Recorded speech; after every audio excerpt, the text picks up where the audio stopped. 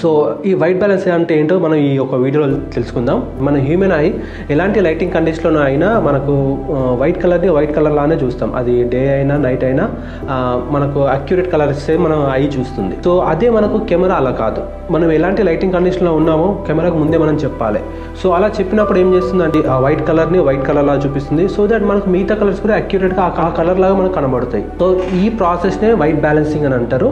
Colours యొక్క టెంపరేచర్ని మనం కెల్విన్లో చెప్తారు. ఇప్పుడు మనం ఒక ఎగ్జాంపుల్ చూద్దాం. సో ఇటు వామ్ లైట్, మధ్యలో డే లైట్, మరి చివరి సైడ్ బ్లూ లైట్. సో ఇది లైటింగ్ టెంపరేచర్ యొక్క కెల్విన్స్ అంటారు ఇవన్నీ కూడా.